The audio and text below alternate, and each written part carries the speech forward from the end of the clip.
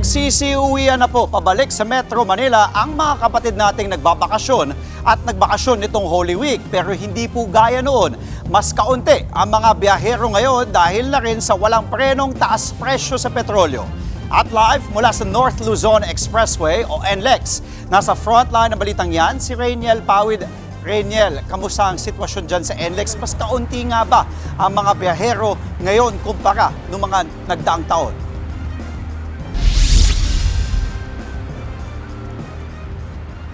Dre, simula nga kaninang umaga ay maluwag pa rin yung daloy nga ng mga sasakyan dito sa may Balintawak Toll Plaza. Pero ayon sa North Luzon Expressway Management ay inaasahan nga na magpipik o dadami yung mga babalik pa Metro Manila mamayang alas 8 ng gabi hanggang bukas nga ng umaga. Sa Bukawi, Bulacan si Alan. Matapos ang Semana Santa break, back to normal grind na siya bukas. Kaya naman habang maluwag pa ang kalsada, napagdesisyonan niya ng bumiyahe. Siguro mamaya pang gabi mag-uwian na. Kasi bukas may pasok na. Although kahit may pasok naman na, medyo maluwag na ang EDSA ngayon. Bakit ko kaya? Ay, siguro, yun nga, nagtitipid sa pagbiyahe gawa sa mahal ang gasolina. Mula San Fernando sa Pampanga naman sina Julie at Ann. Dahil naka-electric car, no problem pagdating sa gasolina.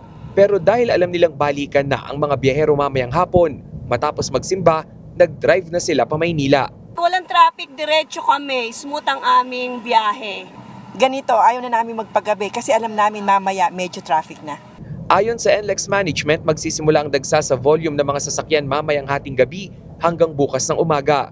Pero dahil nga sa taas ng presyo ng produktong petrolyo, kapansin-pansin daw ang bahagyang pagbaba ng Holy Week travelers ngayong taon.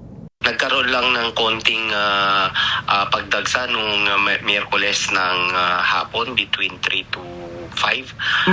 Pagkatapos wala na tayong naitala na pagdagsa hanggang sa mga oras na to. Kasi nung nagdaang Holy Week, actually yung weekend pa lang bago mag-Palm Sunday, medyo marami na po yung umuwi natin mga kababayan.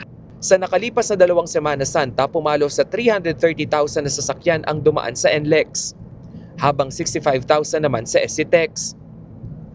Pero ngayong taon, nasa 10% raw ang nabawas sa mga sasakyan.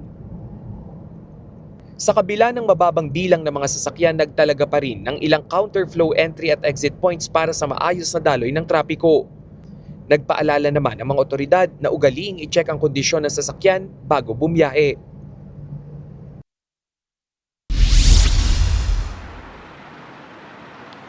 Dre, kung may mga kapatid nga tayo na pabalik na ng Metro Manila, meron namang ilan na naabutan tayo dito sa may Balintawak Toll Plaza, dito sa northbound, no, ay papunta pa rin sila ngayon doon nga sa norte. Ang sabi nila, sinadya raw talaga nila na ngayon nga bumiyahe para makaiwas nga dito sa dagsa ng mga turista at ng mga magbabakasyon sa kani-kanilang mga probinsya. Isa pa sa nakita nating diskarte nitong ilan sa mga biyahero ay yung ilan, kaya nga medyo kumonti raw yung mga bumabiyahe ngayon na mga sasakyan dahil yung iba nga ay nag-carpooling o yung mga magkakaibigan o magkakaanak na papunta lamang sa iisang destinasyon ay sa iisang sasakyan na lamang sumakay. Dre. Total, nabanggit mo na rin, Rainiel, at base sa datos, no, 10% yung nabawasan ng volume kumpara sa mga nagdaang taon nga. Kumpara sa last year dahil nga sa nagtaas ang presyo ng petrolyo ngayon.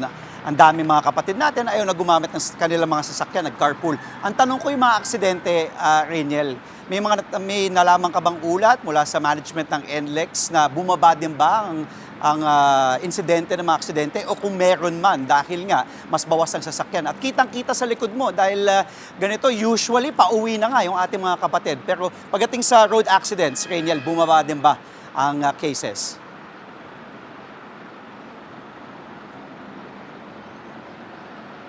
Dre, kanina nga ay nakausap natin mismo, no, yung sa pamunuan nitong NLEX at sinabi nila na simula nga kaninang umaga ay wala pang naitatala na mga road incident o mga road accident dito sa kahabaan ng NLEX at maging doon sa SCTEX. So, hindi tulad noong nakaraang taon na nag-cover din tayo, no, around 12 noon ay meron ng nasa 2 na naitala nga. Isa tumirik at yung isa naman ay nasabugan ng gulong. Pero as we speak, sa ngayon ay wala naman at sana nga magtuloy-tuloy yan hanggang bukas. Dre. Last question na lang, Niel. Yung lahat ng toll booths naman gumagana, no? Wala naman sira na toll booth dyan sa Balintawak, sa NLEX.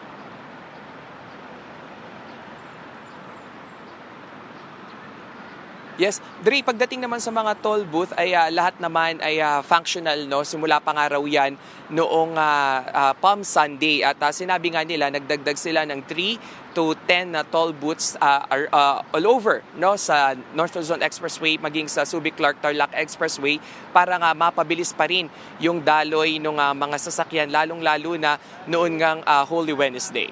Dre.